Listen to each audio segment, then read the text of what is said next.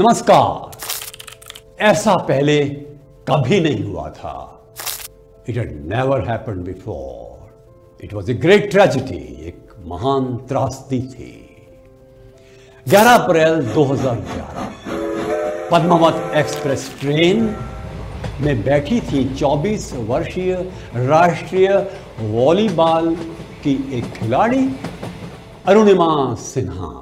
Ambedkar Nagar UP में जन्मी ये लड़की आगे कुछ बनना चाहती थी। रात का वक्त था, डिब्बे में चोर आ गए, लड़ाई लड़ी उनसे, उसकी सोने की जंजीर खींचना चाह रहे थे, पर वो हार गई और उसको उठा करके चोरों ने चलती हुई गाड़ी के बाहर फेंक दिया। रात भर पड़ी रही ट्रैक पर। पास में से रेलगाड़ियां जाती धंधनाती हुई सारी जमीन हिल जाती। बाईं टांग में जबरदस्त चोट लगी थी, परंतु कुछ नहीं कर सकती थी। सवेरे गांव वाले आए, उन्होंने देखा अरे एक युवती जख्मी पड़ी हुई है। अधिकारियों को कहा, बताया, हॉस्पिटल ले गए सब लोग उसको, और देखा कि उसकी बाईं टांग तो बहुत ही जख्मी हो चुकी है। उसको काटना जरूरी था, बिना एनेस्थीसिया उसकी टांग काटनी पड़ी। वो करा उठी, तो उसमें हिम्मत थी। इलाज शुरू हुआ, चलता गया। जख्मी टांग के जख्म अब भर रहे थे और वो सोच रही थी अपने बारे में, क्या मैं कुछ नहीं कर सकूंगी?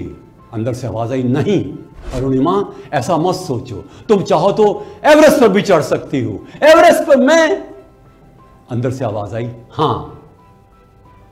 वो ठीक हुई और एक नकली टांग लगी उसको। उसने अभ्यास करना आरंभ किया पर्वतारोहण पर।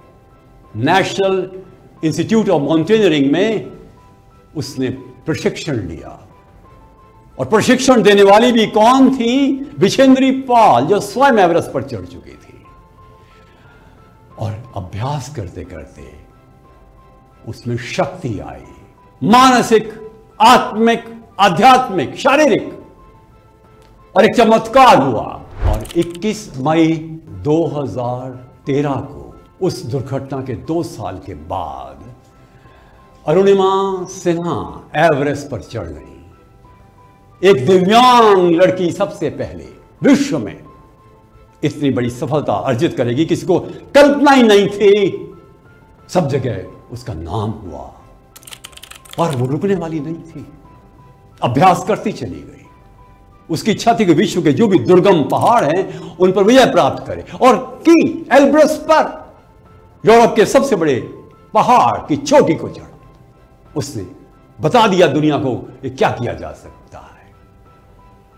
किलिमंजारो, अफ्रीका का सबसे बड़ा पर्वत, और अंटार्कटिका का विंसन पहाड़, उसकी चोटी पर वो चढ़ी। बर्फीला पहाड़, ठिठुरन, ऐसी ठिठुरन कि लोग जिंदा नहीं रह सकते। और ये तो एक इस्पात की लड़की थी जैसे। 2015 में उसको पद्मश्री मिला, पर वो अपने स्वयं के कर्म में हर समय संलग्न रहकर प्रेरणा देती रही है। दिव्यांग बच्चों के लिए और बड़ों के लिए वो सेवा करती है, वो प्रशिक्षण देती है, उसे अपने ट्रस्ट और संस्थाएं बनाई हैं, और वो मोटिवेशनल स्पीकर है। लाखों लोगों को प्रेरणा दी है उसने।